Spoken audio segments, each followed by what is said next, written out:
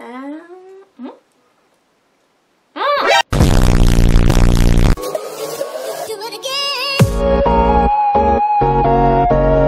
everyone, and welcome to my channel. In today's video I am going to show you how I made this little jar that I put on my altar, since most of you know that I practice witchcraft and I'm a pagan. Without further ado, I will tell you how I made this little jar to put on my altar.